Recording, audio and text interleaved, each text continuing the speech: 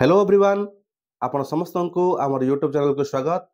आज अध्याय आम आलोचना करवा अष्टम श्रेणी विज्ञान जार चैप्टर नंबर 4 धातु धातु। तो पिला माने दैनंदिन जीवन में आम अनेक धातु और अधातुर संस्पर्श में आसी था सेगुड़िक आमर दैनंदिन जीवन में कार्य लगी थाए।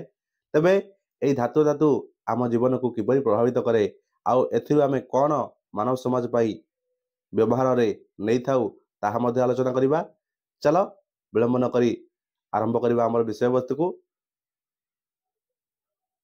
देख किछि धातुर नाम दिया जायछि आउ एहार उपयोगिता मध्य थी वर्णना कर जायछि। देख धातुर नाम होछि कोन लुहा। यार उपयोगिता कोन ना पनिकी कटोरी कुराड़ी लंगल लुहा आदि तैयारी कर जाए एई लुहा को नेकी। सेपरि तंबा धातु देख तंबा धातु रे ठाकुर बासन विद्युत तार आदि तैयारी कर जाय थाए। आलुमिनियम डा याकु नै कि विभिन्न प्रकार आलुमिनियम बासन विद्युत तार एमिति सब प्रस्तुत कर जाउछि। टीण धातु को नै कि कोन तैयारी कर जाउछि ना खाइबा तेल किरोसिनी डब्बा बिस्कुट मध्य आदि ए टीण डब्बा रे रखा जाय थाए नुह कि। सही परी केतेक अधातुर नाम और एहार उपयोगिता देखि नबा। देख अधातुर नाम देख कार्बन प्रथम आसिला कार्बन बा अंगारक बोली जहाँ कह जाए। ए कार्बन रो उपयोगिता आम समाज पाई कौन अच्छी देख ना काठ अंगार और कोयलार मुख्य उपादान किए कार्बन अटे। तो एसबुरे आम कौन पाइबा कार्बन पाइबा। तो कार्बन आम केते जरूरी जापारछ। सेपरि सल्फर बा गंधक आर उपयोगिता कौन ना बाण और औषधर उपादान तैयारी रे साहाय्य करे ए सल्फर। सेपरि फॉस्फोरस ए फॉस्फोरस टा आम पाई कौन आवश्यक ना दियासिलीर बारूद फॉस्फेट सारर उपादान रूपे मध्य ए फॉस्फोरस को व्यवहार कर जाए जहाँकि आम पोटास बोली कहते नुह कि।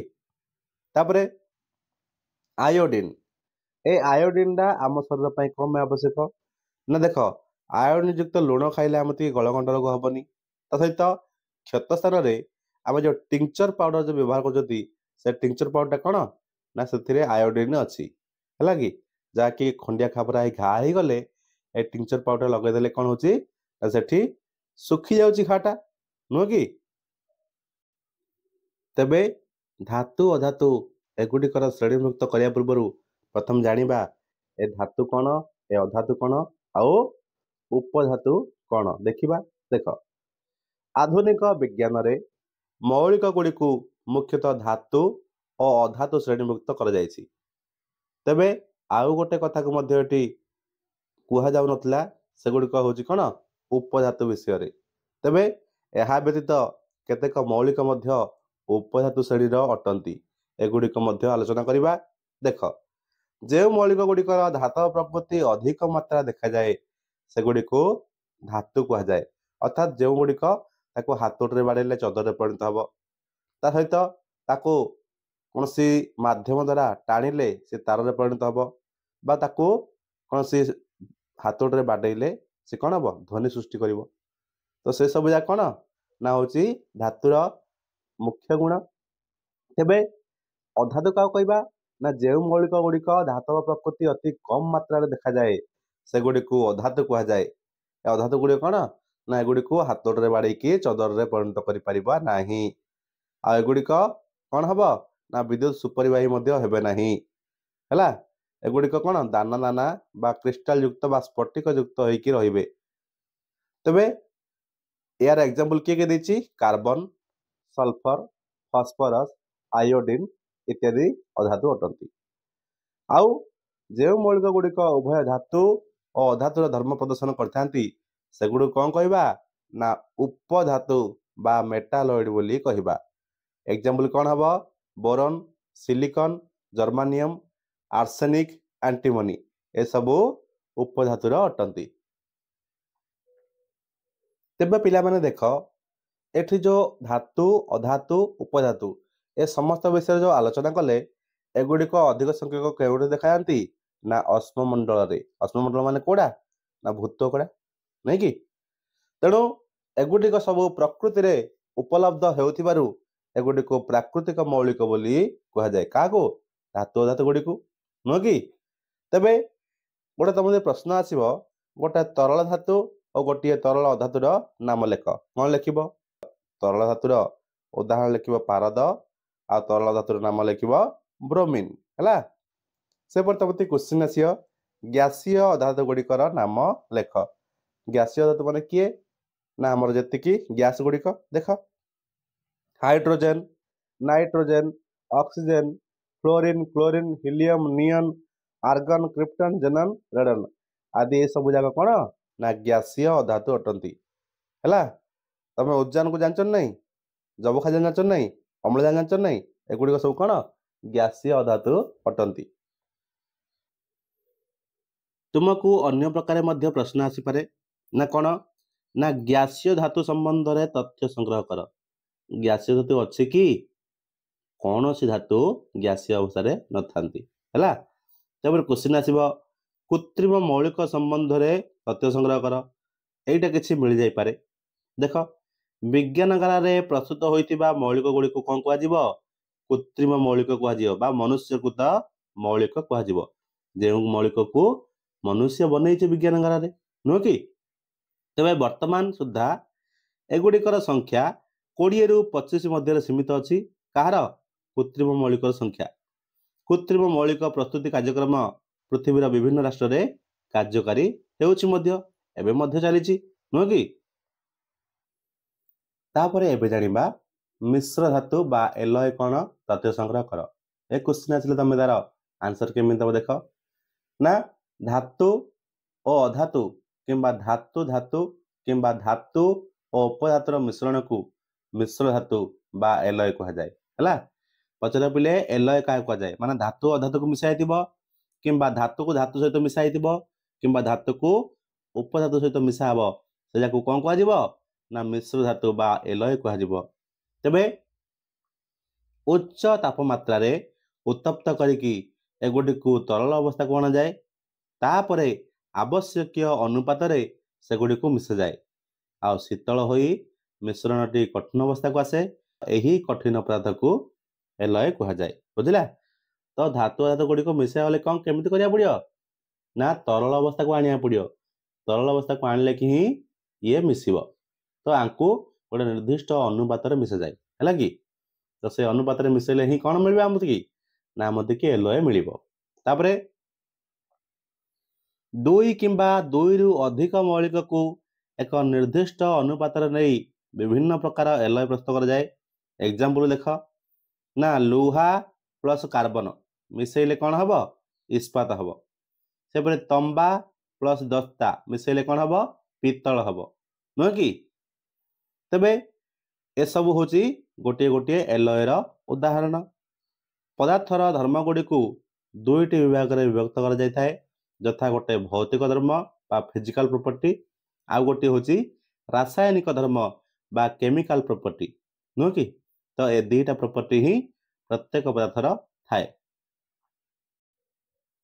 एबे देखिबा धातुर शारीरिक गुण बा फिजिकल प्रॉपर्टी बोली कह बा धातुर भौतिक गुण को आम देखा देख अधिकांश धातु नूतन अवस्था अर्थात प्रस्तुति बेले चकचक देखा जाती किंतु पुराना हो गले से कौन होता है ना फिका पड़ जाए बा मलिनता देखा जाए तेबे धातुर चकचक रूप बा धर्म को धातव दीप्ति बा औज्ज्वल्य बोली कह जाए जो धातु गुड़िक चकचक करती से जो चकचक करिया गुणटा कौन कह ना धातव दीप्ति बा धातव औज्ज्वल्य बोली कह जाए है तेबे आम जानी जेकोसी पुराना धातु को यदि आम बालिका कागज घसीबा से कौन हम से ना से चकचक कर देख बालिका कागज घसीबा पूर्वर धातु गुड़ी को कहीं मल देखा आ बालिका कागज घसीला चकचक देखागला यार कारण कौन ना यार कारण हूँ